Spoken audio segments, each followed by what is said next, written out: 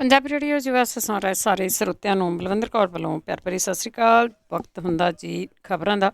ਸਾਡੇ ਨਾਲ ਜੁੜਨਗੇ ਬਲਤੇਜ ਪੰਨੂ ਜੀ ਪਟਿਆਲਾ ਸਟੂਡੀਓ ਤੋਂ ਅਤੇ ਕੁਝ ਕੁ ਖਬਰਾਂ 'ਤੇ ਝਾਤ ਮਾਰਾਂਗੇ। ਖਬਰਾਂ ਤੋਂ ਪਹਿਲਾਂ ਧੰਨਵਾਦ ਸਾਡੇ ਸਪਾਂਸਰ ਦਾ ਜਿਨ੍ਹਾਂ ਨੇ ਇਸ ਪ੍ਰੋਗਰਾਮ ਨੂੰ ਸਪਾਂਸਰ ਕੀਤਾ। ਸਭ ਤੱਕ ਪਹੁੰਚਾਇਆ ਖਾਲਸਾ ਇੰਸ਼ੋਰੈਂਸ ਏਜੰਸੀ ਸੈਨੋਜੇ 4082722500, ਗੁਰਦੀਪ ਸਿੰਘ ਵਿਰਦੀ ਕਲੋਬਸ, ਸਤਨਾਮ ਸਿੰਘ ਸ਼ੇਰਕੈਲ ਸਲਮਾ, ਮਨਜੀਤ ਸਿੰਘ ਦੀਵਾਨਾ ਫਰਜ਼ਨੋ, ਧਰਮ ਸਿੰਘ ਸਲਮਾ ਤੋਂ ਬਹੁਤ ਬਹੁਤ ਧੰਨਵਾਦ ਕਰਦੇ ਹਾਂ। ਪ੍ਰੋਗਰਾਮਾਂ ਨੂੰ ਸਪਾਂਸਰ ਕਰਦੇ ਹੋ, ਸਭ ਤੱਕ ਪਹੁੰਚਾਉਂਦੇ ਹੋ। ਸਾਡੇ ਨਾਲ ਜੁੜ ਚੁੱਕੇ ਨੇ ਬਲਤੇਜ ਪੰਨੂ। ਸਤਿ ਸ਼੍ਰੀ ਅਕਾਲ, ਸਵਾਗਤ ਹੈ ਜੀ। ਧੰਨਵਾਦ ਜੀ, ਬਹੁਤ ਮਿਹਰਬਾਨੀ। ਤਾਂ ਜੀ ਗੱਲ ਕਰਦੇ ਹਾਂ ਜੋ ਕਿਸਾਨਾਂ ਦਾ ਅਤੇ ਕੇਂਦਰ ਦਾ ਪੰਗਾ ਪਿਆ ਹੋਇਆ ਰੇਲ ਪਟੜੀਆਂ ਦੀ। ਰੇਲ ਪਟੜੀਆਂ ਖਾਲੀ ਆ ਪਰ ਟ੍ਰੇਨਾਂ ਅਜੇ ਨਹੀਂ ਚੱਲੀਆਂ। ਦੇਖੋ, ਇਸ ਮਾਮਲੇ ਦੇ ਉੱਤੇ ਰਿਐਲਿਟੀ ਜਿਹੜੀ ਹੈ ਜੀ ਉਹ ਬਹੁਤ ਸਾਰੀ ਸਾਹਮਣੇ ਆ ਕਿ ਅੰਦਰ ਖਾਤੇ ਜਿਹੜਾ ਉਹ ਕੀ ਕੁਛ ਹੋ ਰਿਹਾ। ਵੈਸੇ ਕੁਝ ਚੀਜ਼ਾਂ ਜਿਹੜੀਆਂ ਉਹ ਸੁਰਜੀਤ ਕੁਮਾਰ ਜਿਆਣੀ ਨੇ ਵੀ ਸਾਹਮਣੇ ਲੈਂਦੀਆਂ। ਸੁਰਜੀਤ ਕੁਮਾਰ ਜਿਆਣੀ ਜਿਹੜੇ ਕਿ ਭਾਰਤੀ ਜਨਤਾ ਪਾਰਟੀ ਦੇ ਆਗੂ ਨੇ ਔਰ ਉਹ ਇੱਥੇ ਪੰਜਾਬ ਦੇ ਵਿੱਚ ਮੰਤਰੀ ਰਹੇ ਨੇ ਅਕਾਲੀ ਬੀਜੇਪੀ ਸਰਕਾਰ ਦੇ ਵੇਲੇ। ਉਹਨਾਂ ਨੇ ਇੱਥੋਂ ਤੱਕ ਗਿਲਾ ਆਪਣਾ ਜਿਹੜਾ ਜੀ ਉਹ ਜ਼ਾਹਰ ਕੀਤਾ ਕਿ ਕਿਉਂਕਿ ਚੇਅਰਮੈਨ ਬਣਾਇਆ ਸੀ ਉਹਨਾਂ ਨੂੰ, ਇੱਕ ਕਮੇਟੀ ਬਣਾਈ ਸੀ ਜਿਹੜੀ ਕਿਸਾਨਾਂ ਦੇ ਨਾਲ ਗੱਲ ਕਰਦੀ। ਉਹ ਕਹਿੰਦੇ ਜਿਹੜੇ ਖੇਤੀਬਾੜੀ ਮੰਤਰੀ ਆ ਉੱਥੋਂ ਤੱਕ ਤੇ ਕੇਂਦਰ ਤੱਕ ਤਾਂ ਗੱਲ ਹੀ ਨਹੀਂ ਪਹੁੰਚਾਈ ਜਾ ਰਹੀ ਭਾਰਤੀ ਜਨਤਾ ਪਾਰਟੀ ਜਿਹੜੀ ਪੰਜਾਬ ਦੀ ਹੈ ਉਹਦੇ ਵੱਲੋਂ। ਔਰ ਜਦੋਂ ਇਹ ਟ੍ਰੇਨਾਂ ਚਲਾਉਣ ਦੇ ਵਾਸਤੇ ਕਾਂਗਰਸੀ ਮੈਂਬਰ ਪਾਰਲੀਮੈਂਟ ਨੇ ਪੀਯੂਸ਼ ਗੋਇਲ ਨੂੰ ਮਿਲਣਾ ਸੀ ਤਾਂ ਉਦੋਂ ਪਹਿਲਾਂ ਪੰਜਾਬ ਭਾਜਪਾ ਵਾਲੇ ਤਰੁਣ ਚੁੱਘ ਐਂਡ ਗਰੁੱਪ ਜਿਹੜਾ ਜੀ ਇਹ ਜਾ ਵੜਿਆ ਵੀ ਪਹਿਲਾਂ ਮੀਟਿੰਗ ਸਾਡੇ ਨਾਲ ਕਰੋ। ਇਹਨਾਂ ਨੇ ਜੋ ਚੁੱਕ ਚੁਕਾ ਉੱਥੇ ਕੀਤਾ ਉਹਦੀ ਵਜ੍ਹਾ ਕਰਕੇ ਇਹ ਟ੍ਰੇਨਾਂ ਜਿਹੜੀਆਂ ਜੀ ਉਹ ਨਹੀਂ ਚੱਲੀਆਂ। ਇਹ ਫੋਟੋਆਂ ਜਾਰੀ ਕਰੀ ਜਾਂਦੇ ਸੀ। ਆਹ ਦੇਖੋ ਜੀ, ਉੱਥੇ ਤਾਂ ਟ੍ਰੇਨ ਟਰੈਕ ਦੇ ਉੱਤੇ ਅਜੇ ਵੀ ਕਿਸਾਨ ਬੈਠੇ ਆ। ਇਹ ਉੱਥੇ ਟ੍ਰੇਨਾਂ ਕਿਵੇਂ ਚਲਾਈਆਂ ਜਾ ਸਕਦੀਆਂ? ਔਰ ਇਹਨਾਂ ਦੀਆਂ ਕੀਤੀਆਂ ਹੋਈਆਂ ਜਿਹੜੀਆਂ ਜੀ ਉਹ ਗੱਲਾਂ ਨੇ ਜਿਹਦੇ ਕਰਕੇ ਅੱਜ ਵੀ ਹਾਲਾਤ ਜਿਹੜੇ ਜੀ ਉਹ ਭੰਬਲ ਭੂਸੇ ਵਾਲੇ ਬਣੇ ਹੋਏ ਆ। ਰੇਲਵੇ ਨੇ ਉਹਦੇ ਵਾਸਤੇ 7 ਨਵੰਬਰ ਤੱਕ ਜਿਹੜੀ ਹੈ ਜੀ ਇਹ ਟ੍ਰੇਨ ਚਲਾਉਣ ਤੇ ਰੋਕ ਲਾਈ ਹੋਈ ਆ। ਅੱਜ 7 ਨਵੰਬਰ ਆ, ਸਵੇਰ ਆ। ਲੱਗਦਾ ਇਉਂ ਆ ਕਿ ਕੇਂਦਰ ਜਿਹੜਾ ਜੀ ਉਹ ਚਾਰ ਚੁਫੇਰੇ ਤੋਂ ਆਪਣੀ ਰੱਖਣੀ ਚਾਹੁੰਦਾ। ਇੱਕ ਤਾਂ ਉਹ 7 ਨਵੰਬਰ ਜਿਹੜੀ ਜੀ ਉਹ ਕੱਢੂਗਾ, ਸ਼ਾਮ ਤੱਕ ਜਿਹੜਾ ਉਹ ਕੱਢੂਗਾ। ਦੂਜਾ ਜਿਹੜੀ ਗੱਲ ਦੇ ਉੱਤੇ ਉਹ ਅੜਿਆ ਹੋਇਆ ਕਿ ਅਸੀਂ ਮਾਲ ਗੱਡੀਆਂ ਤੇ ਪੈਸੰਜਰ ਗੱਡੀਆਂ ਜਿਹੜੀਆਂ ਉਹ ਇਕੱਠੀਆਂ ਚਲਾਉਣੀਆਂ, ਜਦੋਂ ਕਿ ਜਿਹੜੇ ਕਿਸਾਨ ਜਥੇਬੰਦੀਆਂ ਵਾਲੇ ਨੇ ਉਹ ਕਹਿੰਦੇ ਅਸੀਂ ਜਿਹੜੇ ਟਰੈਕ ਖਾਲੀ ਕੀਤੇ ਆ ਉਹ ਸਿਰਫ ਮਾਲ ਗੱਡੀਆਂ ਦੇ ਕਰਕੇ ਕੀਤੇ ਆ, ਨਾ ਕਿ ਪੈਸੰਜਰ ਜਿਹੜੀਆਂ ਗੱਡੀਆਂ ਉਹਨਾਂ ਨੂੰ ਚਲਾਉਣ ਦੇ ਵਾਸਤੇ। ਉਹ ਆਪਣੀ ਗੱਲ ਦੇ ਉੱਤੇ ਜਿਹੜੇ ਅੜੇ ਹੋਏ ਆ ਅਜੇ ਹਾਲ ਦੀ ਘੜੀ ਜਿਹੜਾ। ਔਰ ਜਿਹੜੇ ਪਹਿਲਾਂ ਰੇਲਵੇ ਸਟੇਸ਼ਨਾਂ ਵਗੈਰਾ ਤੇ ਬੈਠੇ ਸੀਗੇ ਉੱਥੋਂ ਵੀ ਉੱਠ ਕੇ ਕਿਸਾਨ ਬਾਹਰ ਆ ਗਏ ਰੇਲਵੇ ਸਟੇਸ਼ਨਾਂ ਤੋਂ, ਟ੍ਰੇਨ ਟਰੈਕ ਤੋਂ ਵੀ ਦੂਰ ਹੋ ਗਏ। ਇਸ ਕਰਕੇ ਕੇਂਦਰ ਦੀ ਸਰਕਾਰ ਦੇ ਕੋਲ ਇੱਕ ਬਹਾਨਾ ਜਿਹੜਾ ਉਹ ਨਾ ਰਹੇ। ਹੁਣ ਨਵਾਂ ਬਹਾਨਾ ਕੇਂਦਰ ਦੀ ਸਰਕਾਰ ਕੀ ਲਾਉਂਦੀ ਹੈ ਇਹ ਦੇਖਣਾ ਹੋਊਗਾ। ਅਜੇ ਜਿਹੜੀ ਵੀ ਉਹ ਖੜੋਤ ਜਾਰੀ ਹੈ। ਅਜੇ ਤੱਕ ਜਿਹੜੀਆਂ ਰੇਲ ਇਹ ਮਾਲ ਗੱਡੀਆਂ ਨੇ ਉਹਨਾਂ ਦੇ ਚੱਲਣ ਦੀ ਕੋਈ ਖਬਰ ਜਿਹੜੀ ਉਹ ਨਹੀਂ ਜੀ। ਅਤੇ ਤੁਸੀਂ ਉਹਨਾਂ ਦੇ ਆਗੂਆਂ ਦੇ ਮਿਲਣ ਗਿਲਣ ਦੀ ਵੀ ਗੱਲ ਕੀਤੀ ਆ। ਹੁਣ ਜਿਹੜੇ ਕਾਂਗਰਸੀ ਆਗੂ ਆ ਉਹ ਗ੍ਰਹਿ ਮੰਤਰੀ ਦੇ ਨਾਲ ਮੀਟਿੰਗ ਵੀ ਕਰਨਗੇ। ਬਿਲਕੁਲ ਜੀ, ਐਕਚੁਅਲੀ ਇਹ ਜਿਹੜੀ ਮੀਟਿੰਗ ਵੈਸੇ ਪਹਿਲਾਂ ਦੀ ਸੈੱਟ ਹੈ ਔਰ ਦਿੱਲੀ ਦੇ ਵਿੱਚ ਗ੍ਰਹਿ ਮੰਤਰੀ ਅਮਿਤ ਸ਼ਾਹ ਦੇ ਨਾਲ ਮੀਟਿੰਗ ਅੱਜ ਇਹ ਹੋਣੀ ਹੈ। ਪੰਜਾਬ ਸਰਕਾਰ ਦੇ ਵੱਲੋਂ ਖਾਕਾ ਇੱਕ ਜਿਹੜਾ ਜੀ ਉਹ ਤਿਆਰ ਕੀਤਾ ਗਿਆ। ਮੀਟਿੰਗ ਤੋਂ ਇੱਕ ਦਿਨ ਪਹਿਲਾਂ ਪਰਨੀਤ ਕੌਰ ਦੀ ਦਿੱਲੀ ਵਿਚਲੀ ਰਿਹਾਇਸ਼ ਦੇ ਉੱਤੇ ਕਾਂਗਰਸੀ ਸੰਸਦ ਮੈਂਬਰਾਂ ਨੇ ਮੀਟਿੰਗ ਕੀਤੀ ਆ, ਜਿਹੜਾ ਕਿ ਏਜੰਡਾ ਗ੍ਰਹਿ ਮੰਤਰੀ ਦੇ ਕੋਲੇ ਉਠਾਇਆ ਜਾਊਗਾ। ਪੰਜਾਬ 'ਚ ਬਣੇ ਮੌਜੂਦਾ ਹਾਲਾਤ ਤੇ ਕਿਸਾਨਾਂ ਦੀ ਬੇਚੈਨੀ ਵਰਗੇ ਮੁੱਦੇ ਮੀਟਿੰਗ 'ਚ ਕੇਂਦਰ ਦੇ ਵਿੱਚ ਜਿਹੜਾ ਜੀ ਉਹ ਰਹਿਣਗੇ, ਇਹਨਾਂ ਦੇ ਉੱਤੇ ਹੋਊਗੀ। ਔਰ ਗ੍ਰਹਿ ਮੰਤਰੀ ਦੇ ਕੋਲ ਕੌਮੀ ਸੁਰੱਖਿਆ ਦੇ ਮੱਦੇਨਜ਼ਰ ਪੰਜਾਬ ਦੇ ਵਿੱਚ ਪੈਦਾ ਹੋਈ ਸਥਿਤੀ ਦੇ ਬਾਰੇ ਗੱਲਬਾਤ ਜਿਹੜੀ ਜਾਊਗੀ। ਜਿਹੜੀ ਕਿਸਾਨਾਂ ਦੇ ਵਿੱਚ ਬੇਚੈਨੀ ਆ ਖਾਸ ਤੌਰ ਦੇ ਉੱਤੇ ਦਿਹਾਤੀ ਖੇਤਰਾਂ ਦੇ ਵਿੱਚ, ਇਹਦੇ 'ਚ ਕੇਂਦਰ ਵਿਰੋਧੀ ਭਾਵਨਾ ਜਿਹੜੀ ਹੈ ਜੀ ਉਹ ਬਹੁਤ ਵਧੀ ਹੋਈ ਹੈ, ਜਿੱਥੇ ਕਿ ਸਿੱਖ ਭਾਈਚਾਰਾ ਬਹੁਤ ਗਿਣਤੀ ਦੇ ਵਿੱਚ ਆ। ਔਰ ਕਿਸਾਨ ਅੰਦੋਲਨ ਦੇ ਵਿੱਚ ਲੋਕਾਂ ਨੂੰ ਗੀਤਾਂ ਦੇ ਜ਼ਰੀਏ ਜਿਹੜਾ ਉਹ ਦੱਸਿਆ ਜਾ ਰਿਹਾ ਕਿ ਕਿਸ ਤਰੀਕੇ ਦੇ ਨਾਲ ਉਹਨਾਂ ਦੇ ਨਾਲ ਧੱਕਾ ਜਿਹੜਾ ਉਹ ਹੋ ਰਿਹਾ ਔਰ ਉਹਨਾਂ ਨੂੰ ਸੰਘਰਸ਼ ਦੇ ਵਿੱਚ ਆਉਣ ਲਈ ਪ੍ਰੇਰਿਆ ਜਾ ਰਿਹਾ। ਸੰਸਦ ਮੈਂਬਰ ਜਿਹੜੇ ਆ ਉਹ ਮੁਲਾਕਾਤ ਦੇ ਦੌਰਾਨ ਇਹ ਗੱਲ ਵੀ ਰੱਖਣਗੇ ਕਿ ਮੁਲਕ ਵਿਰੋਧੀ ਤਾਕਤਾਂ ਇਸ ਮੌਕੇ ਨੂੰ ਵਰਤ ਸਕਦੀਆਂ ਨੇ, ਜਿਹਦੇ ਹੱਲ ਦੇ ਵਾਸਤੇ ਤੁਰੰਤ ਸਟੈਪ ਚੁੱਕੇ ਜਾਣੇ ਜ਼ਰੂਰੀ ਆ। ਪੁਲਿਸ ਤੇ RPF ਦੇ ਵੱਲੋਂ ਰੇਲਵੇ ਜਿਹੜੀ ਸਟੇਸ਼ਨਾਂ ਦੀ ਸਾਂਝੀ ਜਾਂਚ ਤੋਂ ਜਾਣੂ ਜਿਹੜਾ ਉਹ ਕਰਵਾਇਆ ਜਾਊਗਾ। ਸੰਸਦ ਮੈਂਬਰ ਜਿਹੜੇ ਨੇ ਉਹ ਇਹ ਵੀ ਭਰਮ ਦੂਰ ਕਰਨ ਦੀ ਕੋਸ਼ਿਸ਼ ਕਰਨਗੇ ਕਿ ਪੰਜਾਬ ਸਰਕਾਰ ਕਿਸਾਨੀ ਧਿਰਾਂ ਨੂੰ ਨਹੀਂ ਉਕਸਾ ਰਹੀ, ਮਤਲਬ ਕਿ ਆਪਣਾ ਜਿਹੜਾ ਵੀ ਉੱਥੇ ਰੋਲ ਦੱਸਣਗੇ। ਔਰ ਰੇਲ ਮਾਰਗ ਖਾਲੀ ਕਰਾਉਣ ਲਈ 2 ਹਫ਼ਤਿਆਂ ਤੋਂ ਕਿਸਾਨ ਧਿਰਾਂ ਦੇ ਨਾਲ ਕੀਤੀ ਜਾ ਰਹੀ ਗੱਲਬਾਤ ਦੇ ਵਾਸਤੇ ਵੀ ਚਰਚਾ ਜਿਹੜੀ ਜੀ ਉਹ ਕੀਤੀ ਜਾਊਗੀ। ਦੇਖੋ ਹੁਣ ਗੱਲ ਇਹ ਆ ਕਿ ਅੱਗੋਂ ਗ੍ਰਹਿ ਮੰਤਰਾਲਾ ਜਿਹੜਾ ਉਹ ਉਹਦਾ ਕੀ ਰਿਐਕਸ਼ਨ ਹੁੰਦਾ, ਇਹ ਵੇਖਣ ਵਾਲਾ ਜਿਹੜਾ ਜੀ ਉਹ ਹੋਊਗਾ, ਕਿਉਂਕਿ 2 ਹੀ ਵਿਅਕਤੀ ਨੇ ਜਿਨ੍ਹਾਂ ਦੀ ਉੱਥੇ ਸੈਂਟਰ ਦੇ ਵਿੱਚ ਆਲ ਐਂਡ ਆਲ ਜਿਹੜੀ ਉਹ ਚੱਲਦੀ ਹੈ, ਪ੍ਰਧਾਨ ਮੰਤਰੀ ਨੇ ਤੇ ਦੂਸਰੇ ਜਿਹੜੇ ਜੀ ਉਹ ਗ੍ਰਹਿ ਮੰਤਰੀ ਹੋਰਾਂ ਦੇ ਨਾਲ ਮੁਲਾਕਾਤ ਜਿਹੜੀ ਆ ਉਹ ਕਾਂਗਰਸੀ ਮੈਂਬਰਾਂ ਦੀ ਪੰਜਾਬ ਦਾ ਕਿੰਨਾ ਕੇਸ ਜਿਹੜਾ ਜੀ ਉੱਥੇ ਚੁੱਕ ਸਕਦੀ ਹੈ, ਇਹ ਅਹਿਮ ਹੋਊਗਾ। ਇਹ ਹੁਣ ਆਪਣਾ ਕੇਸ ਚੁੱਕਦੇ ਆ ਜਾਂ ਪੰਜਾਬ ਦਾ ਕੇਸ ਚੁੱਕਦੇ ਆ, ਇਹ ਸਭ ਤੋਂ ਅਹਿਮ ਗੱਲ ਜਿਹੜੀ ਜੀ ਉਹ ਹੋਊਗੀ। ਪਿਛਲੇ ਦਿਨਾਂ ਤੋਂ ਇੱਕ ਗੱਲ ਜਿਹੜੀ ਜੀ ਉਹ ਜ਼ਰੂਰ ਚੱਲਦੀ ਹੈ ਕਿ ਚਾਹੇ ਪੀਯੂਸ਼ ਗੋਇਲ ਨੂੰ ਮਿਲਣ ਵਾਲੀ ਗੱਲ ਸੀ, ਚਾਹੇ ਖੇਤੀ ਮੰਤਰੀ ਨੂੰ ਮਿਲਣ ਵਾਲੀ ਗੱਲ ਸੀ, ਚਾਹੇ ਪ੍ਰਧਾਨ ਮੰਤਰੀ ਨੂੰ ਚਿੱਠੀ ਲਿਖਣ ਵਾਲੀ ਗੱਲ ਸੀ, ਜਾਂ ਪ੍ਰਧਾਨ ਮੰਤਰੀ ਤੋਂ ਮਿਲਣ ਦਾ ਸਮਾਂ ਲੈਣ ਵਾਲੀ ਗੱਲ ਸੀ, ਇਸ ਮਾਮਲੇ ਦੇ ਵਿੱਚ ਕੈਪਟਨ ਅਮਰਿੰਦਰ ਸਿੰਘ ਹੋਰੀ ਟਲ ਕਿਉਂ ਰਹੇ ਆ, ਉਹ ਕਿਉਂ ਨਹੀਂ ਜਿਹੜਾ ਜੀ ਉਹ ਮੂਹਰੇ ਆ ਰਹੇ। ਹਾਲਾਂਕਿ ਹੁਣ ਤਾਂ ਉਹਨਾਂ ਨੇ ਆਪਣੇ ਆਪ ਨੂੰ ਇਕਾਂਤ ਵਿਸ਼ਵਾਸ ਦੇ ਵਿੱਚ ਜਿਹੜਾ ਜੀ ਉਹ ਰੱਖ ਲਿਆ, ਉਹਨਾਂ ਨੇ ਕੁਆਰੰਟਾਈਨ ਆਪਣੇ ਆਪ ਨੂੰ ਜਿਹੜਾ ਉਹ ਕੀਤਾ ਹੋਇਆ। ਸੋ ਉਹਨਾਂ ਨੇ ਮੂਹਰੇ ਜਿਹੜਾ ਜੀ ਇਹ ਕਾਂਗਰਸੀ ਮੈਂਬਰ ਪਾਰਲੀਮੈਂਟ ਲਾਏ ਹੋਏ ਨੇ। ਸੋ ਅੱਜ ਵੈਸੇ ਇਹਦੇ ਵਿੱਚ ਗਲਤ ਵੀ ਕੁਛ ਨਹੀਂ ਗਾ, ਗੱਲਬਾਤ ਤਾਂ ਜਿਹੜੀ ਜੀ ਉਹ ਹੋਣੀ ਜ਼ਰੂਰੀ ਹੈ, ਪਰ ਗੱਲਬਾਤ ਦੇ ਇਸ ਪੱਖੋਂ ਹੋਵੇ ਕਿ ਜਿਹੜੇ ਕੇਂਦਰ ਹੈ ਉਹ ਸੰਬੰਧਿਤ ਧਿਰਾਂ ਜਿਹੜੀਆਂ ਕਿਸਾਨ ਜਥੇਬੰਦੀਆਂ ਨੇ ਉਹਨਾਂ ਨੂੰ ਸੱਦੇ। ਇਸ ਮਾਮਲੇ ਦੇ ਉੱਤੇ ਗੱਲਬਾਤ ਜਿਹੜੀ ਜੀ ਉਹ ਹੋਣੀ ਬੜੀ ਜ਼ਰੂਰੀ ਆ। ਔਰ ਦੇਖਦੇ ਆ ਇਹ ਪੱਖ ਜਿਹੜਾ ਜੀ ਕਾਂਗਰਸੀ ਜਿਹੜੇ ਨੇ ਉਹ ਗ੍ਰਹਿ ਮੰਤਰੀ ਕੋਲੇ ਰੱਖਦੇ ਆ ਜਾਂ ਨਹੀਂ। ਇੰਨਾ ਜ਼ਰੂਰ ਹੈ ਕਿ ਕੇਂਦਰ ਦੀ ਸਰਕਾਰ ਟੋਟਲੀ ਨੈਗੇਟਿਵ ਹੈ ਇਸ ਵੇਲੇ ਪੰਜਾਬ ਦੇ ਪ੍ਰਤੀ। ਉਹ ਕੀ ਸੁਣਦੇ ਆ, ਕਿਉਂਕਿ ਪੀਯੂਸ਼ ਗੋਇਲ ਵਾਲੀ ਗੱਲ ਸਭ ਨੇ ਸੁਣੀ ਹੈ ਕਿ ਪੀਯੂਸ਼ ਗੋਇਲ ਨੇ ਕਿਵੇਂ ਜਿਹੜਾ ਜੀ ਇਹਨਾਂ ਮੈਂਬਰ ਪਾਰਲੀਮੈਂਟਾਂ ਨੂੰ ਆਖਿਆ ਸੀ ਵੀ ਕਿ ਜਾਂ ਤਾਂ ਕਾਨੂੰਨ ਲਾਗੂ ਕਰਾਓ ਨਹੀਂ ਤਾਂ ਅਸੀਂ ਟ੍ਰੇਨ ਨਹੀਂ ਚਲਾਉਂਦੇ। ਇੱਥੋਂ ਤੱਕ ਗੱਲ ਜਿਹੜੀ ਜੀ ਉਹਨੇ ਕਹਿਤੀ ਜੀ। ਹੁਣ ਵੀ ਕੁਛ ਇਸ ਤਰ੍ਹਾਂ ਦਾ ਹੀ ਹੋਊਗਾ। ਬਾਕੀ ਤੁਸੀਂ ਇਹਨਾਂ ਦੇ ਗੱਲ ਕੀਤੀ ਇਕਾਂਤਵਾਸ ਹੋਣ ਦੀ, ਉਹ ਤਾਂ ਹੁਣ ਅਮਰਿੰਦਰ ਸਿੰਘ ਤਾਂ ਬਹੁਤ ਦੇਰ ਤੋਂ ਆਪਣੇ ਫਾਰਮਾਂ ਦੇ ਵਿੱਚ ਹੀ ਰਹਿੰਦੇ ਆ। ਅਤੇ ਅੱਗੇ ਗੱਲ ਕਰਦੇ ਹਾਂ ਬਿਹਾਰ ਦੀਆਂ ਜਿਹੜੀਆਂ ਤੀਜੇ ਗੇੜ ਦੀਆਂ ਚੋਣਾਂ ਆ ਉਹ ਅੱਜ ਹੋਣਗੀਆਂ। ਬਿਲਕੁਲ ਜੀ, ਵੋਟਾਂ ਪੈ ਰਹੀਆਂ ਨੇ ਜੀ ਇਸ ਵੇਲੇ। ਜਿਹੜੀਆਂ ਬਹੁਤ ਲੰਬੀਆਂ ਲਾਈਨਾਂ ਜਿਹੜੀਆਂ ਬਿਹਾਰ ਦੇ ਵਿੱਚ ਲੱਗੀਆਂ ਹੋਈਆਂ ਨੇ। ਵੇਖਣਾ ਇਹ ਹੋਊਗਾ ਕਿ ਜਿਹੜੇ ਬਿਹਾਰ ਦੇ ਵਿੱਚ ਰਹਿਣ ਵਾਲੇ ਲੋਕ ਨੇ, ਦੇਖੋ ਉਹਨਾਂ ਦੇ ਵਿੱਚ ਅਵੇਅਰਨੈਸ ਤਾਂ ਬਹੁਤ ਆਈ ਹੈ। ਇੱਥੋਂ 2500 ਰੁਪਈਏ ਦੀ ਜਿਹੜੀ ਟਿਕਟ ਹੈ ਉਹ ਖਰਚ ਕੇ ਬਿਹਾਰ ਦੇ ਵਿੱਚ ਵੋਟਾਂ ਪਾਉਣ ਦੇ ਵਾਸਤੇ ਇਹ ਲੋਕ ਗਏ ਆ। 2500 ਰੁਪਈਆ ਜਿਹੜਾ ਦਿਹਾੜੀ ਕਰਦਾ ਜੀ ਉਹਦੇ ਵਾਸਤੇ ਖਰਚਣਾ ਬਹੁਤ ਔਖਾ, ਇਹ ਸੌਖਾ ਨਹੀਂ ਗਾ। ਪਰ ਇਹ ਜਿਹੜੇ ਲੋਕ ਨੇ ਸ਼ਾਇਦ ਕਿਤੇ ਨਾ ਕਿਤੇ ਬਦਲਾਓ ਦੀ ਹਵਾ ਵੱਲ ਜਿਹੜਾ ਉਹ ਦੇਖ ਰਹੇ ਆ, ਜਿਹਦੇ ਕਰਕੇ ਇਹ ਇੱਥੋਂ ਦੂਜੇ ਸੂਬਿਆਂ ਦੇ ਵਿੱਚੋਂ ਆਪਣੇ ਸੂਬੇ ਦੇ ਵਿੱਚ ਵੋਟਾਂ ਪਾਉਣ ਦੇ ਵਾਸਤੇ ਗਏ ਆ। ਇਹ ਬੜੀ ਵੱਡੀ ਅਵੇਅਰਨੈਸ ਵਾਲੀ ਗੱਲ ਹੈ ਕਿ ਇੱਕ ਵਾਰੀ ਪੈਸੇ ਖਰਚ ਦਿਓ ਤੇ ਆਪਣਾ ਸੂਬਾ ਠੀਕ ਕਰੋ, ਔਰ ਤਾਂ ਕਿ ਉਹ ਉੱਥੋਂ ਜਿਹੜਾ ਜੀ ਜਾਣਾ ਨਾ ਪਵੇ ਉਹਨਾਂ ਨੂੰ ਦੂਜੇ ਸੂਬਿਆਂ ਦੇ ਵਿੱਚ ਕੰਮ ਕਰਨ ਲਈ। ਕਾਸ਼ ਪੰਜਾਬ ਦੇ ਵਿੱਚ ਇਹੋ ਜਿਹੀ ਸੋਚ ਜਿਹੜੀ ਹੈ ਜੀ ਉਹ ਕਿਤੇ ਆ ਜਾਵੇ ਕਿ ਆਪਣਾ ਸੂਬਾ ਪਹਿਲਾਂ ਜਿਹੜਾ ਉਹ ਠੀਕ ਕਰ ਲਈਏ। ਅੱਜ ਜਿਹੜੀਆਂ ਵੋਟਾਂ ਪੈ ਰਹੀਆਂ ਨੇ ਉਹਦੇ ਵਿੱਚ ਵੱਡੀ ਗਿਣਤੀ ਦੇ ਵਿੱਚ ਜਿਹੜੀ ਆ ਉਹ ਵੋਟ ਪਰਸੈਂਟੇਜ ਭੁਗਤਣ ਦੇ ਆਸਾਰ ਨੇ। ਜਿੱਥੇ ਅੱਜ ਦਾ ਜਿਹੜਾ ਤੀਜਾ ਗੇੜ ਆ ਜੀ ਇਹਦੇ ਵਿੱਚ 2 ਕਰੋੜ ਤੇ 34 ਲੱਖ ਵੋਟਰ ਜਿਹੜੇ ਨੇ ਉਹ 78 ਵਿਧਾਨ ਸਭਾ ਹਲਕਿਆਂ ਦੇ ਵਿੱਚ ਚੋਣ ਲੜ ਰਹੇ। ਵਿਧਾਨ ਸਭਾ ਦੇ ਸਪੀਕਰ, 12 ਮੰਤਰੀਆਂ, 1204 ਉਮੀਦਵਾਰਾਂ ਦੇ ਭਵਿੱਖ ਦਾ ਫੈਸਲਾ ਜਿਹੜਾ ਜੀ ਉਹ ਕਰਨਗੇ।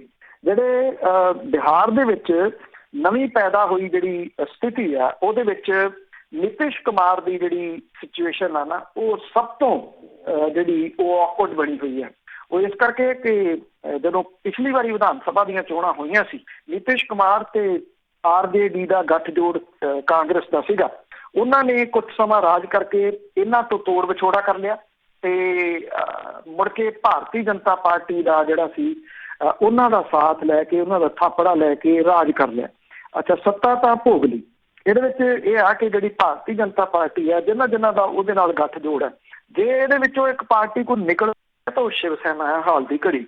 ਨਹੀਂ ਤਾਂ ਇਹਨਾਂ ਨੇ ਹਰ ਜਿਹੜੀ ਖੇਤਰੀ ਪਾਰਟੀ ਆ ਉਹਨੂੰ ਆਪਣੇ ਟਰੈਪ ਦੇ ਵਿੱਚ ਲੈ ਕੇ ਉਹਨੂੰ ਲਗਭਗ ਜਿਹੜਾ ਉਹ ਖਤਮ ਕਰਤਾ। ਅਕਾਲੀ ਦਲ ਬਾਦਲ ਇਹਦੀ ਇੱਕ ਮਿਸਾਲ ਕਹੀ ਜਾ ਸਕਦੀ ਹੈ। ਸੱਤਾ ਤਾਂ ਉਹਨਾਂ ਨੇ ਭੋਗ ਲਈ ਔਰ ਇਹ ਵੀ ਰਿਕਾਰਡ ਬਣਾ ਲਿਆ ਕਿ 2 ਵਾਰੀ ਲਗਾਤਾਰ ਸੱਤਾ ਭੋਗੀ, 10 ਸਾਲ ਉਹ ਰਹੇ। ਪਰ ਇਹਦੇ ਵਿੱਚ ਜੋ ਨੁਕਸਾਨ ਉਹ ਆਪਣਾ ਵੋਟ ਬੈਂਕ ਦਾ ਕਰਾ ਗਏ ਉਹ ਸਭ ਦੇ ਸਾਹਮਣੇ ਹੈ। ਨਿਤਿਸ਼ ਕੁਮਾਰ ਅਗਲੇ ਨਿਸ਼ਾਨੇ ਦੇ ਉੱਤੇ ਭਾਰਤੀ ਜਨਤਾ ਪਾਰਟੀ ਦੇ ਹੈ। ਜਿਹੜੇ ਇੱਥੇ ਯੋਗੀ ਆਦਿੱਤਿਆਨਾਥ ਨੇ ਲਾਸਟ ਗੇੜ ਦੀਆਂ ਵੋਟਾਂ ਤੋਂ ਪਹਿਲਾਂ ਜੋ ਉਹਨਾਂ ਨੇ ਉੱਥੇ ਜਾ ਕੇ ਬੋਲਿਆ ਕਿ ਪ੍ਰਧਾਨ ਮੰਤਰੀ ਨਰਿੰਦਰ ਮੋਦੀ ਹੁਰੀ ਜਿਹੜੇ ਉਹ ਘੁਸਪੈਠੀਏ ਨੇ, ਉਹਨਾਂ ਨੂੰ ਬਸ ਕੱਢ ਦੇਣਗੇ ਬਿਹਾਰ ਦੇ ਨਤੀਜਿਆਂ ਤੋਂ ਬਾਅਦ। ਨਿਤਿਸ਼ ਕੁਮਾਰ ਨੂੰ ਕਹਿਣਾ ਪਿਆ ਕਿਸੇ ਨੂੰ ਇੱਥੋਂ ਨਹੀਂ ਕੱਢਿਆ ਜਾਊਗਾ, ਸਾਰੇ ਮੁਲਕ ਦੇ ਵਾਸੀ ਆ, ਇਉਂ ਕਿਵੇਂ ਕਿਸੇ ਨੂੰ ਕੱਢਿਆ ਜਾ ਸਕਦਾ।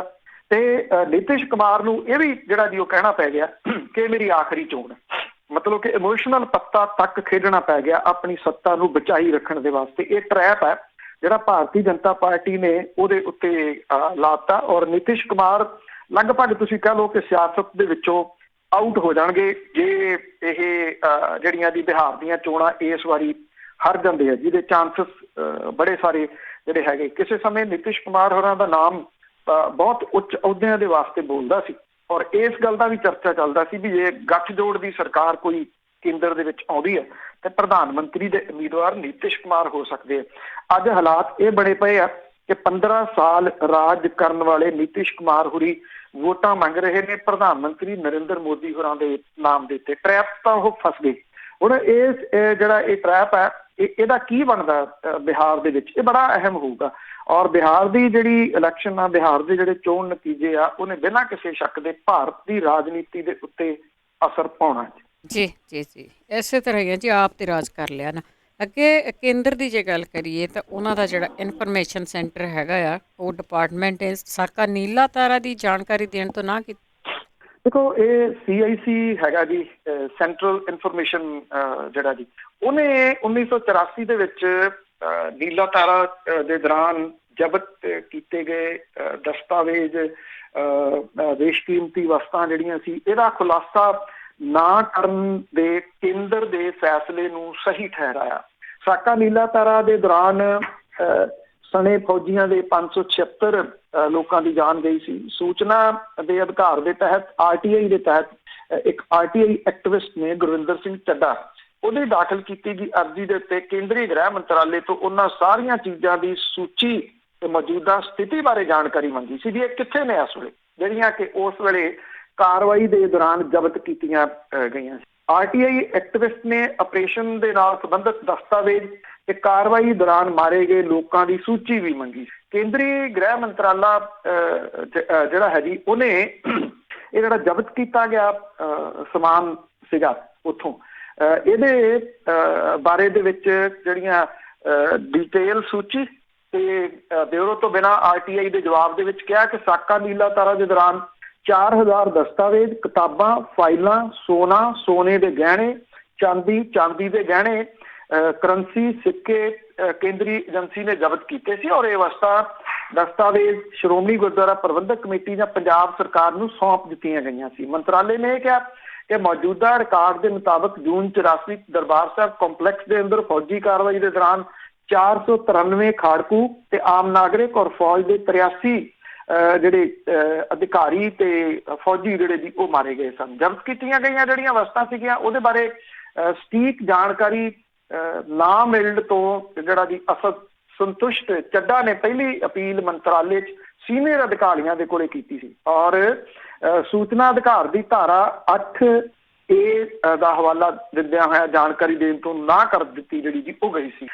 ਇਹ ਕਿਹਾ ਗਿਆ ਕਿ ਇਸ ਤਰ੍ਹਾਂ ਦੀ ਜਾਣਕਾਰੀ ਨਹੀਂ ਦਿੱਤੀ ਜਾ ਸਕਦੀ। ਇਹ ਜਿਹੜੀ ਧਾਰਾ 8 ਹੈ ਕਿ ਜਿਹਦੇ ਨਾਲ ਦੇਸ਼ ਦੀ ਸੁਰੱਖਿਆ, ਖੁਦਮੁਖਤਿਆਰੀ ਤੇ ਅਖੰਡਤਾ ਦੇ ਉੱਤੇ ਅਸਰ ਪਵੇ। ਇਹਦੀ ਇੱਕ ਅਹਿਮ ਗੱਲ ਜਿਹੜੀ ਹੈਗੀ ਆ ਇਸ ਜਿਹੜੀ ਜਾਣਕਾਰੀ ਦੀ, ਉਹ ਇਹ ਆ ਕਿ ਉਹਦੇ ਵਿੱਚ ਉਹਨਾਂ ਨੇ ਇਹ ਗੱਲ ਕਹੀ ਹੈ ਕਿ ਜਿੰਨਾ ਦਸਤਾਵੇਜ਼ ਤੇ ਸਮਾਨ ਜਿਹੜਾ ਕੀਮਤੀ ਚੁੱਕਿਆ ਸੀ, ਅਸੀਂ ਉਹ ਸ਼੍ਰੋਮਣੀ ਗੁਰਦੁਆਰਾ ਪ੍ਰਬੰਧਕ ਕਮੇਟੀ ਤੇ ਸਰਕਾਰ ਨੂੰ ਮੋੜ ਦਿੱਤਾ। ਸ਼੍ਰੋਮਣੀ ਗੁਰਦੁਆਰਾ ਪ੍ਰਬੰਧਕ ਕਮੇਟੀ ਦੇ ਕੋਲੇ ਇਹ ਸਮਾਨ ਕਿੱਥੇ ਗਿਆ, ਇਹ ਬੜਾ ਵੱਡਾ ਸਵਾਲ ਪਿਛਲੇ ਸਮੇਂ ਤੋਂ ਉੱਠਦਾ ਰਿਹਾ।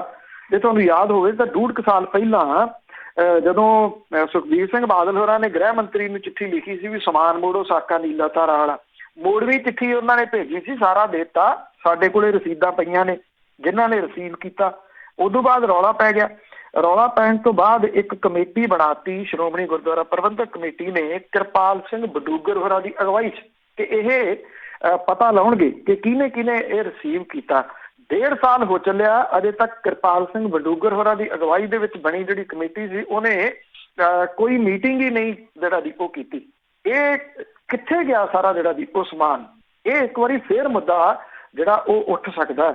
ਇਹ ਉਹ ਸਮਾਨ ਸੀ ਜਿਹਨੂੰ ਤੁਸੀਂ ਕਹਿ ਸਕਦੇ ਹੋ ਕਿ ਕੌਮ ਦਾ ਖਜ਼ਾਨਾ ਇਹ ਸੀਗਾ ਜੀ, ਪਰ ਉਹਨੂੰ ਕਿਵੇਂ ਗਾਇਬ ਕੀਤਾ ਗਿਆ, ਇਹ ਵੱਡਾ ਜਿਹੜਾ ਉਹ ਸਵਾਲ ਹੈ। ਇਸ ਚਿੱਠੀ ਦੇ ਵਿੱਚ ਜਿਹੜੀ ਜਾਣਕਾਰੀਆਂ ਬਾਕੀ ਨੇ, ਚਲੋ ਉਹ ਚੱਡਾ ਸਾਹਿਬ ਲੈ ਸਕਦੇ ਨੇ ਜਾਂ ਨਹੀਂ, ਉਹ ਅਗਲਾ ਸਟੈਪ ਉਹਨਾਂ ਦਾ ਕੀ ਹੋਊਗਾ ਉਹ ਆਪਣੀ ਜਗ੍ਹਾ ਦੇ ਉੱਤੇ ਆ, ਪਰ ਵੱਡਾ ਸਵਾਲ ਇਹ ਹੈ ਕਿ ਜਿਹੜਾ ਸਮਾਨ ਮੋੜਿਆ ਗਿਆ ਉਹ ਕਿੱਥੇ ਹੈ? ਇਹ ਸਭ ਤੋਂ ਵੱਡਾ ਸਵਾਲ ਹੈ। ਔਰ 328 ਸਰੂਪ ਜਿਹੜੇ ਲਾਪਤਾ ਹੋਏ, ਇਹ ਉਹਦੀ ਰੋਹ ਦੇ ਵਿੱਚ ਹੀ ਸਾਰਾ ਕੁਝ ਜਿਹੜਾ ਉਹ ਆਉਂਦਾ ਜੀ। ਤੇ ਅੱਗੇ ਗੱਲ ਕਰਦੇ ਨਵਜੋਤ ਸਿੱਧੂ ਦੀ, ਉਸ ਨੇ ਫਿਰ ਵੱਖਰੀਆਂ ਸੁਰਾਂ ਕੱਢੀਆਂ। ਨਵਜੋਤ ਸਿੰਘ ਸਿੱਧੂ ਹੋਰਾਂ ਦਾ ਪਤਾ ਨਹੀਂ ਲੱਗਦਾ ਕਿ ਉਹ ਕਰਨਾ ਕੀ ਚਾਹੁੰਦੇ ਨੇ। ਜਿਵੇਂ ਜੇ ਇਹ ਕਹਿਣਾ ਹੋਵੇ ਕਿ ਕਨਫਿਊਜ਼ ਪਰਸਨੈਲਿਟੀ ਹੈ ਤੇ ਇਹ ਮੇਰਾ ਖਿਆਲ ਰਾਈਟ ਵਰਡ ਹੋਊਗਾ। ਜੇ ਤਾਂ ਉਹ ਸਰਕਾਰ ਦੇ ਨਾਲ ਚੱਲਣਾ ਚਾਹੁੰਦੇ ਆ, ਸਰਕਾਰ ਤੇ ਰਹਿਣਾ ਚਾਹੁੰਦੇ ਆ, ਤੇ ਚਲੋ ਉਸ ਪਾਸੇ ਵੱਲ ਜਿਹੜਾ ਜੀ ਉਹ ਚਲੇ ਜਾਣ। ਉਹਨਾਂ ਦੀ ਬੋਲਬਾਣੀ ਦੇ ਵਿੱਚ, ਉਹਨਾਂ ਦੇ ਡਾਇਲਾਗਾਂ ਦੇ ਵਿੱਚ ਕੁਝ ਫਰਕ ਤਾਂ ਆਇਆ, ਚਾਹੇ ਉਹਨਾਂ ਨੇ ਵਿਧਾਨ ਸਭਾ ਦੇ ਵਿੱਚ ਵਿਸ਼ੇਸ਼ ਸੈਸ਼ਨ 'ਚ ਬੋਲਿਆ ਹੋਵੇ, ਚਾਹੇ ਜੰਤਰ ਮੰਤਰ ਦੇ ਉੱਤੇ ਜਾ ਕੇ ਬੋਲਿਆ ਹੋਵੇ। ਦੋਨਾਂ ਥਾਵਾਂ ਦੇ ਉੱਤੇ ਉਹਨਾਂ ਨੇ ਮੁੱਖ ਮੰਤਰੀ ਕੈਪਟਨ ਅਮਰਿੰਦਰ ਸਿੰਘ ਹੋਰਾਂ ਦੀ ਤਾਰੀਫ ਦੇ ਪੁਲ ਬੰਨੇ। ਸ਼ੇਰਾਂ ਦਾ ਸ਼ੇਰ ਬੱਬਰ ਸ਼ੇਰ ਵੀ ਆਖਿਆ ਕੈਪਟਨ ਅਮਰਿੰਦਰ ਸਿੰਘ ਹੋਰਾਂ ਨੂੰ। ਤੇ ਚਾਹੇ ਕੱਲ ਜਿਹੜੀ ਉਹਨਾਂ ਨੇ ਰੈਲੀ ਕੀਤੀ ਇਹ ਹੋਵੇ, ਇੱਥੇ ਉਹ ਕੁਝ ਲਫ਼ਜ਼ ਤਾਂ ਛੱਡ ਗਏ। ਇੱਕ ਤਾਂ ਠੋਕੋ ਤਾਲੀ ਟਕਾ ਕੇ ਠੋਕੋ, ਇਹ ਵੀ ਛੱਡ ਗਏ।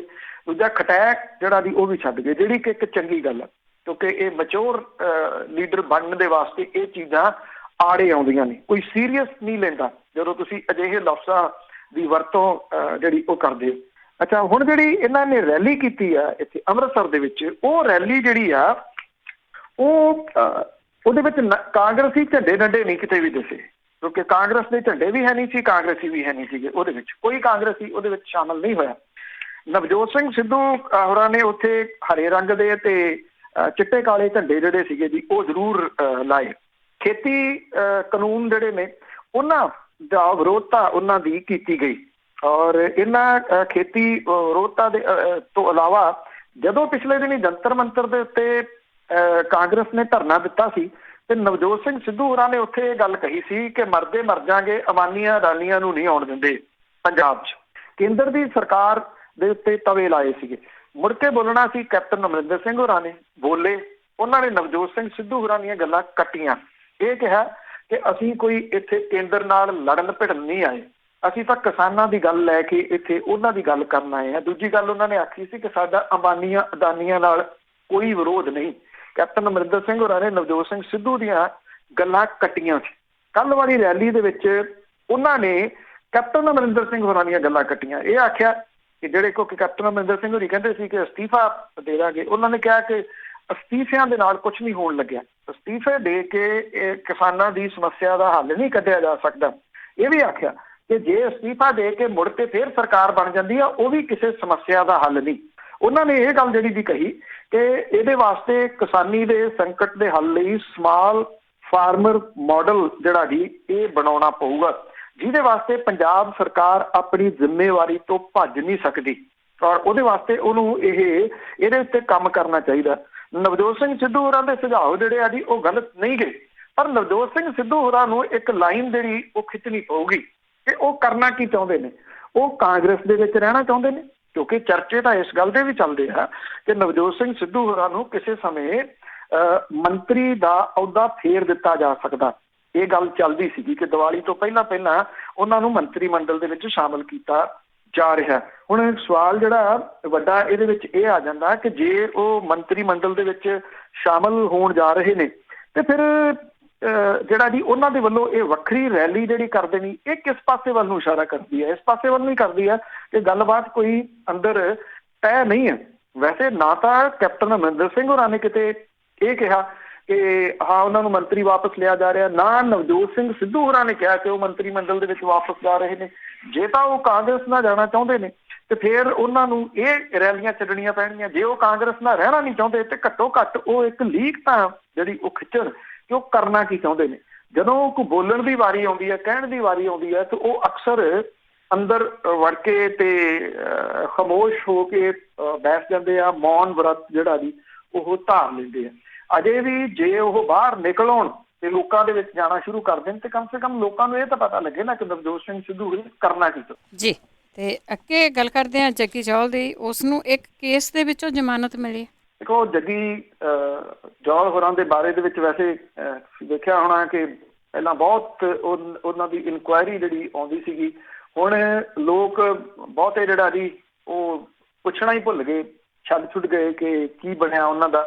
ਵੈਸੇ ਤਾਂ UAPA ਦੇ ਤਹਿਤ ਗ੍ਰਿਫਤਾਰ ਕੀਤੇ ਗਏ ਝੰਡਾ ਚਲਾਉਣ ਵਾਲੇ ਜਿਹੜੇ ਮੁੰਡੇ ਸੀ, ਪੁੱਛਣਾ ਤਾਂ ਉਹਨਾਂ ਦਾ ਵੀ ਛੱਡ ਗਏ। 4 ਵਰ੍ਹੇ ਪਹਿਲਾਂ ਹਿੰਦੂ ਜਥੇਬੰਦੀਆਂ ਦੇ ਆਗੂਆਂ ਸਣੇ ਮਿੱਥ ਕੇ ਕੀਤੇ ਗਏ ਕਤਲਾਂ ਦੀਆਂ ਵਾਰਦਾਤਾਂ ਦੇ ਵਿੱਚ ਕਥਿਤ ਰੂਪ ਦੇ ਵਿੱਚ ਸ਼ਾਮਲ ਬ੍ਰਿਟਨ ਦਾ ਨਾਗਰਿਕ ਜਗਤਾਰ ਸਿੰਘ ਉਰਫ ਜੱਗੀ ਜੌਲ ਨੂੰ ਇੱਕ ਕੇਸ ਦੇ ਵਿੱਚ ਹਾਈ ਕੋਰਟ ਤੋਂ ਜ਼ਮਾਨਤ ਮਿਲੀ ਹੈ। ਹੋਰ ਕਤਲ ਕੇਸਾਂ ਦੇ ਵਿੱਚ ਨਾਮਜ਼ਦ ਹੋਣ ਕਰਕੇ ਉਹਦੀ ਰਿਹਾਈ ਨਹੀਂ ਅਜੇ ਹੋ ਸਕਣੀ। ਬ੍ਰਿਟਨ ਦੇ ਨਾਗਰਿਕ ਜੱਗੀ ਜੌਲ ਮੂਲ ਰੂਪ ਦੇ ਵਿੱਚ ਗੱਗੜ ਪੱਤੀ ਜੰਡਿਆਲਾ ਜਲੰਧਰ ਦਾ ਜਿਹੜਾ ਜੀ ਉਹ ਰਹਿਣ ਵਾਲਾ। 1917 ਦੇ ਵਿੱਚ ਉਹ ਵਿਆਹ ਕਰਵਾਉਣ ਦੇ ਵਾਸਤੇ ਇੱਥੇ ਆਇਆ ਸੀ।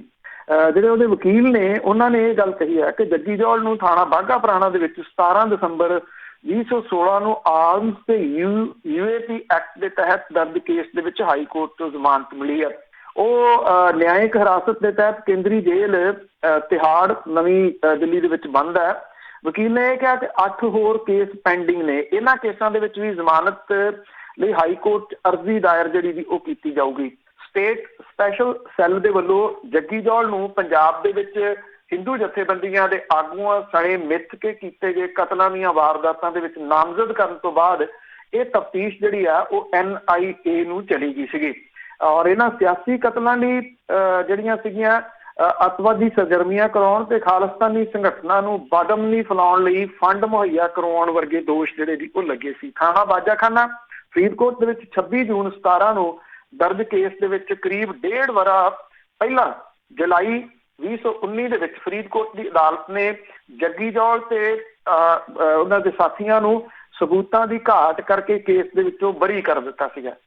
ਜਗਤਾਰ ਸਿੰਘ ਉਰਫ ਜੱਗੀ ਜੌਲ ਦਾ ਵਿਆਹ 18 ਅਕਤੂਬਰ 17 ਨੂੰ ਮਹਿਤਪੁਰ ਨੇੜੇ ਪਿੰਡ ਸੋਹਣ ਜਗੀਰ ਦੀ ਲੜਕੀ ਦੇ ਨਾਲ ਹੋਇਆ ਸੀ। ਔਰ ਉਦੋਂ ਬਾਅਦ ਜਦੋਂ ਉਹਦੇ ਨਾਲ ਜਾ ਰਿਹਾ ਸੀ ਕਿਤੇ ਤਾਂ ਪੁਲਿਸ ਨੇ ਇਹਨੂੰ ਚੁੱਕਿਆ ਸੀਗਾ ਜੀ ਜੱਗੀ ਜੌਲ ਨੂੰ। ਹੁਣ ਜਿਹੜਾ ਜੀ ਇਹ ਜਿਸ ਕੇਸ ਦੇ ਵਿੱਚੋਂ ਇਹਨੂੰ ਜ਼ਮਾਨਤ ਮਿਲੀ ਹੈ ਹਾਈ ਕੋਰਟ ਦੇ ਵਿੱਚੋਂ, ਇਸ ਤਰ੍ਹਾਂ ਦਾ ਕਿ ਟੈਕਨੀਕਲੀ ਜੇ ਦੇਖਿਆ ਜਾਵੇ ਤਾਂ ਆਉਂਦੇ ਦਿਨਾਂ ਦੇ ਦੌਰਾਨ ਇਹਦੇ ਵਾਸਤੇ ਜੱਗੀ ਜੌਲ ਦੇ ਵਾਸਤੇ ਇਹ ਹੈਲਪਫੁਲ ਹੋਊਗੀ ਜਿਹੜੀ ਉਹ ਜ਼ਮਾਨਤ ਮਿਲਣੀ। ਹੁਣ ਹੀ ਇੱਕ ਇੱਕ ਕਰਕੇ ਜਿਹੜੀ ਜੀ ਉਹ ਜ਼ਮਾਨਤ। ਹਾਂ, ਇਹਦੇ ਵਿੱਚ ਇੰਨਾ ਜ਼ਰੂਰ ਹੈ ਕਿ ਜਸਪਾਲ ਸਿੰਘ ਜਿਹੜੇ ਮੰਝਪੁਰ ਨੇ ਜਿਹੜੇ ਉਹਦੇ ਵਕੀਲ ਨੇ ਉਹ ਲਗਾਤਾਰ ਕੋਸ਼ਿਸ਼ ਜਿਹੜੀ ਜੀ ਜਿੰਨੇ ਉਹ ਜੋਗੇ ਨੇ ਉਹਦੇ ਤੋਂ ਵੀ ਵੱਧ ਕੇ ਜਿਹੜਾ ਉਹ ਕਰ ਰਹੇ।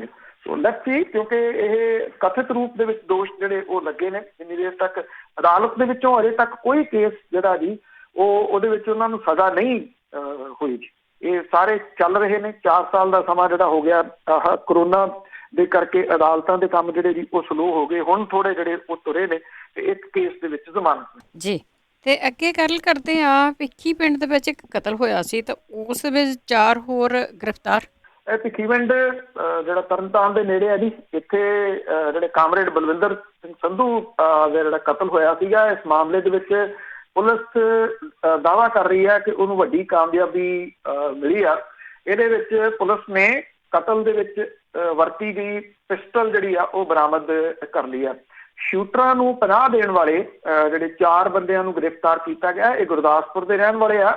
ਇਸ ਤੋਂ ਪਹਿਲਾਂ ਪੁਲਿਸ ਨੇ ਇੱਕ ਦਿਨ ਪਹਿਲਾਂ ਗੈਂਗਸਟਰ ਵਿੱਕੀ ਗੌਂਡਰ ਗਰੋਹ ਦੇ ਕਰੀਬੀ ਰਵਿੰਦਰ ਸਿੰਘ ਗਿਆਨਾ, ਸੁਖਰਾਜ ਸਿੰਘ ਸੁੱਖਾ ਦੀ ਨਿਸ਼ਾਨਦੇਹੀ ਦੇ ਉੱਤੇ 3 ਨੂੰ ਗ੍ਰਿਫਤਾਰ ਕੀਤਾ ਸੀਗਾ। ਪੁਲਿਸ ਨੇ ਇਹਨਾਂ ਤੋਂ 2 ਪਿਸਟਲ, 1 ਦੇਸੀ ਕੱਟਾ, 2 ਮੈਗਜ਼ੀਨ ਤੇ ਕਾਰਤੂਸ ਬਰਾਮਦ ਕੀਤੇ ਸੀਗੇ। ਇਹਦੇ ਵਿੱਚ ਉਹ ਪਿਸਟਲ ਸ਼ਾਮਲ ਹੈ ਜਿਹੜੀ ਕਿ ਸ਼ੂਟਰ ਗੁਰਜੀਤ ਸਿੰਘ ਨੇ ਬਲਵਿੰਦਰ ਸਿੰਘ ਸੰਧੂ ਨੂੰ ਕਤਲ ਕਰਨ ਦੇ ਵਾਸਤੇ ਇਸਤੇਮਾਲ ਜਿਹੜੀ ਉਹ ਕੀਤੀ ਸੀ।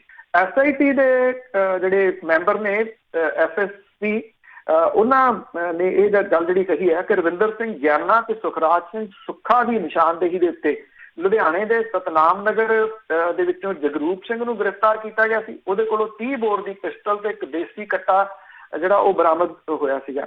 ਲੁਧਿਆਣੇ ਦੇ ਸਨੀ ਕੁਮਾਰ ਦੇ ਕੋਲੋਂ ਇੱਕ ਜਿਹੜਾ ਦੀ ਪਿਸਟਲ ਤੇ ਕਾਰਤੂਸ ਮਿਲੇ ਸੀਗੇ। ਔਰ ਐਸਐਸਪੀ ਨੇ ਵੀ ਦੱਸਿਆ ਕਿ ਗੈਂਗਸਟਰ ਸੁਖਪਾਲ ਸਿੰਘ ਸੁੱਖਾ ਦੇ ਕਰੀਬੀ ਪਿੰਡ ਨਾਥਪੁਰ ਗੁਰਦਾਸਪੁਰ ਦੇ ਵਿੱਚ ਪੈਂਦਾ ਜੀ, ਤੇ ਰਾਜਵੀਰ ਸਿੰਘ ਰਾਜਾ ਨੂੰ ਪਟਿਆਲਾ ਜੇਲ੍ਹ ਦੇ ਵਿੱਚੋਂ ਪ੍ਰੋਡਕਸ਼ਨ ਵਾਰੰਟ ਦੇ ਉੱਤੇ ਹਿਰਾਸਤ ਦੇ ਵਿੱਚ ਜਿਹੜਾ ਉਹ ਲਿਆ ਗਿਆ ਸੀਗਾ। ਉਧਰ ਸਪੈਸ਼ਲ ਇਨਵੈਸਟੀਗੇਸ਼ਨ ਟੀਮ ਜਿਹੜੀ ਆ ਉਹ ਸ਼ੂਟਰ ਸੁਖਦੀਪ ਸਿੰਘ ਤੇ ਗੁਰਦੀਪ ਸਿੰਘ ਦੇ ਕਰੀਬ ਜਿਹੜੀ ਉਹ ਪਹੁੰਚੀ ਦਿਖ ਰਹੀ ਹੈ। ਪੁਲਿਸ ਨੇ ਦੋਨਾਂ ਸ਼ੂਟਰ ਜਿਹੜੇ ਨੇ ਉਹਨਾਂ ਨੂੰ ਪਨਾਹ ਦੇਣ ਵਾਲੇ 4 ਲੋਕਾਂ ਨੂੰ ਗ੍ਰਿਫਤਾਰ ਕਰਕੇ ਉਹਨਾਂ ਤੋਂ ਪੁੱਛਗਿੱਛ ਸ਼ੁਰੂ ਕੀਤੀ ਆ। 16 ਅਕਤੂਬਰ ਦੀ ਸਵੇਰ ਨੂੰ ਕਾਮਰੇਡ ਬਲਵਿੰਦਰ ਸਿੰਘ ਸੰਧੂ ਦੀ ਹੱਤਿਆ ਕਰਨ ਵਾਲੇ ਸ਼ੂਟਰ ਸੁਖਦੀਪ ਸਿੰਘ ਤੇ ਗੁਰਦੀਪ ਸਿੰਘ ਨੇ ਗੁਰਦਾਸਪੁਰ ਡਿਸਟ੍ਰਿਕਟ ਦੇ ਵਿੱਚ 2 ਪਿੰਡਾਂ ਦੇ ਵਿੱਚ ਪਨਾਹ ਲਈ ਸੀਗੀ। ਔਰ ਇਹਦੇ ਵਿੱਚੋਂ ਇੱਕ ਪਿੰਡ ਦੇ ਵਿੱਚ ਜਿੱਥੇ ਉਹਨੇ ਪਨਾਹ ਲਈ ਆ ਉਹਨੂੰ ਪੁਲਿਸ ਨੇ ਜਿਹੜਾ ਜੀ ਉਹ ਪਹਿਚਾਣ ਲਿਆ। ਇਹਦੇ ਵਿੱਚ ਸੁਰਿੰਦਰ ਸਿੰਘ, ਉਹਦੇ ਮੁੰਡੇ ਰਜਿੰਦਰ ਸਿੰਘ ਤੋਂ ਇਲਾਵਾ ਹਰਿੰਦਰ ਕੌਰ ਤੇ ਭਜਨ ਸਿੰਘ ਜਿਹੜੇ ਜੀ ਉਹ ਸ਼ਾਮਲ ਨੇ। ਇਹਨਾਂ ਤੋਂ ਜਿਹੜੀ ਪੁੱਛਗਿੱਛ ਕੀਤੀ ਜਾ ਰਹੀ ਆ ਔਰ ਪੁਲਿਸ ਦਾ ਇਹ ਦਾਅਵਾ ਕਿ ਉਹ ਜਿਹੜੇ ਸ਼ੂਟ ਕਰਨ ਵਾਲੇ ਜਿਹੜੇ ਸ਼ੂਟਰ ਸੀਗੇ ਉਹਨਾਂ ਤੱਕ ਛੇਤੀ ਪਹੁੰਚ ਸਕਦੀ ਹੈ। ਇਹ ਜਿਹੜੇ ਗੈਂਗਸਟਰ ਨੇ ਉਹਨਾਂ ਦੇ ਨਾਲ ਰਿਲੇਟਡ ਜਿਹੜਾ ਇਹ ਕਤਲ ਕਿਹਾ ਜਾ ਰਿਹਾ, ਕਿਉਂਕਿ ਕਾਮਰੇਡ ਬਲਵਿੰਦਰ ਸਿੰਘ ਦਾ ਜਿਹੜਾ ਮੁੰਡਾ ਸੀਗਾ ਉਹ ਜੇਲ੍ਹ ਦੇ ਵਿੱਚ ਸੀਗਾ ਕਿਸੇ ਮਾਮਲੇ 'ਚ, ਜਿੱਥੇ ਉਹਦੀ ਇਹ ਗੈਂਗਸਟਰ ਜਿਹੜੇ ਨੇ ਉਹਨਾਂ ਦੇ ਨਾਲ ਕੋਈ ਖਹਿਬਾਜ਼ੀ ਹੋਈ, ਜਿੱਥੋਂ ਇਹ ਕਤਲ ਹੋਇਆ ਸਾਰਾ ਦੱਸਿਆ ਜਾ ਰਿਹਾ ਜੀ। ਤੇ ਅਖੀਰ ਦੇ ਵਿੱਚ ਗੱਲ ਕਰਦੇ ਆ ਅਰਨਬ ਗੋਸਵਾਮੀ ਦੀ, ਉਸ ਨੂੰ ਰਾਹਤ ਨਹੀਂ ਮਿਲੀ। ਔਰ ਪਬਲਿਕ ਟੀਵੀ ਦਾ ਜਿਹੜਾ ਚੀਫ ਹੈ ਅਰਨਬ ਗੋਸਵਾਮੀ, ਉਹਨੂੰ ਇੰਟੀਰੀਅਰ ਡਿਜ਼ਾਈਨਰ ਨੂੰ ਕਥਿਤ ਰੂਪ ਦੇ ਵਿੱਚ ਆਤਮ ਹੱਤਿਆ ਲਈ ਉਕਸਾਉਣ ਦੇ ਮਾਮਲੇ ਦੇ ਵਿੱਚ ਮੁੰਬਈ ਹਾਈ ਕੋਰਟ ਨੇ ਤੁਰੰਤ ਕੋਈ ਰਾਹਤ ਨਹੀਂ ਦਿੱਤੀ।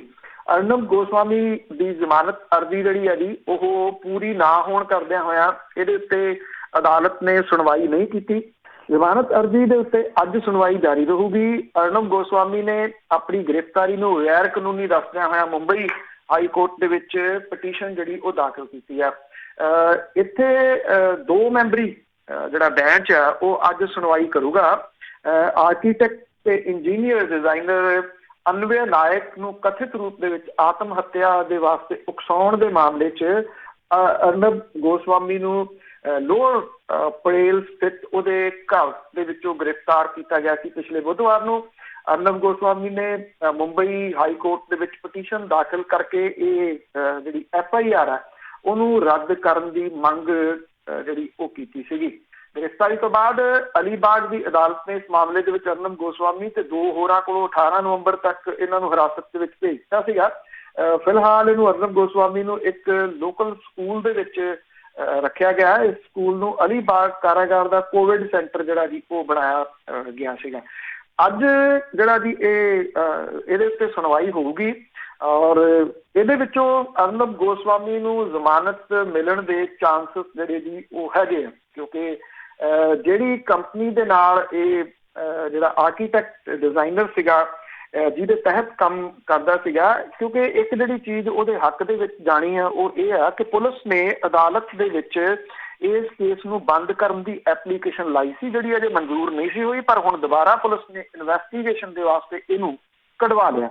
ਔਰ ਅਰਨਬ ਗੋਸਵਾਮੀ ਜਿਵੇਂ ਕਿ ਜਿਹੜੇ ਮਹਾਰਾਸ਼ਟਰ ਦੇ ਮੁੱਖ ਮੰਤਰੀ ਨੇ ਜਾਂ ਉੱਥੋਂ ਦੀ ਸਰਕਾਰ ਹੈ ਉਹਦੇ ਨਾਲ ਜਿਹੜਾ ਜੀ ਉਹ ਦਸਤ ਪੰਜਾ ਜਿਹੜਾ ਜੀ ਪਾਇਆ ਔਰ ਜਿਹੜੀਆਂ ਪੱਤਰਕਾਰਤਾ ਤਾਂ ਨਹੀਂ ਉਹਨੂੰ ਜਿਹੜਾ ਜੀ ਉਹ ਕਿਹਾ ਜਾ ਸਕਦਾ, ਜੋ ਕੁਛ ਇਹ ਜਿਹੜਾ ਜੀ ਉਹ ਕਰਦਾ ਸੀਗਾ ਉਹਨੇ ਇੱਕ ਵੱਖਰੀ ਕਿਸਮ ਦੀ ਚਾਪਲੂਸੀ ਵਾਲੀ ਜਿਹੜੀ ਪੱਤਰਕਾਰਤਾ ਸੀ ਉਹਨੂੰ ਇੰਨਾ ਕੁ ਉਭਾਰਿਆ ਕਿ ਜਿਹੜੀ ਚਾਪਲੂਸੀ ਲਫ਼ਜ਼ ਹੈ ਉਹ ਵੀ ਬੌਣਾ ਲੱਗਣ ਲੱਗ ਗਿਆ ਸੀ ਉੱਥੇ ਜਿਹੜਾ ਵੀ।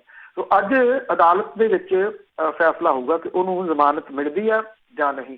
ਉਹਦਾ ਰਹਿਣ ਸਹਿਣ ਜਿਹੜਾ ਜਿਸ ਕਿਸਮ ਦਾ ਹੈ ਜਿੱਥੇ ਉਹ ਰਹਿੰਦਾ ਉਹਨੂੰ ਲੈ ਕੇ ਬੜੇ ਸਾਰੇ ਸਵਾਲ ਜਿਹੜੇ ਜੀ ਉਹ ਉੱਠ ਰਹੇ ਆ ਕਿ ਆਮ ਜਿਹੜਾ ਕੋਈ ਪੱਤਰਕਾਰ ਹੈ ਉਹ ਇਸ ਟਾਈਪ ਦਾ ਇਸ ਲੈਵਲ ਦੇ ਜਿੱਥੇ ਆਮ ਬੰਦਾ ਮੁੰਬਈ ਦੇ ਵਿੱਚ ਉਸ ਜਗ੍ਹਾ ਦੇ ਉੱਤੇ ਫਲੈਟ ਦਾ ਸੋਚ ਹੀ ਨਹੀਂ ਸਕਦਾ, ਉੱਥੇ ਉਹ ਰਹਿੰਦਾ ਸੀ ਜੀ। ਬਹੁਤ ਬਹੁਤ ਧੰਨਵਾਦ ਬਲਤੇਜ ਪੰਨੂ ਜੀ। ਮਿਹਰਬਾਨੀ ਜੀ, ਧੰਨਵਾਦ ਜੀ, ਸਤਿ ਸ਼੍ਰੀ ਅਕਾਲ। ਸਤਿ ਸ਼੍ਰੀ ਅਕਾਲ ਜੀ। ਤੇ ਸਰੋਤੇ ਸਨ ਬਲਤੇਜ ਪੰਨੂ ਜੀ ਸਾਡੇ ਨਾਲ ਜੁੜਦੇ ਨੇ ਕਰਦੇ ਨੇ ਖਬਰਾਂ। ਇਸੇ ਦੇ ਨਾਲ ਸਾਡਾ ਅੱਜ ਦਾ ਬੁਲੇਟਿਨ ਇੱਥੇ ਹੀ ਸਮਾਪਤ। ਬਲਵਿੰਦਰ ਕੌਰ ਵੱਲੋਂ ਆਪ ਸਭ ਨੂੰ ਹੀ ਪਿਆਰ ਭਰੀ ਸਤਿ ਸ੍ਰੀ ਅਕਾਲ।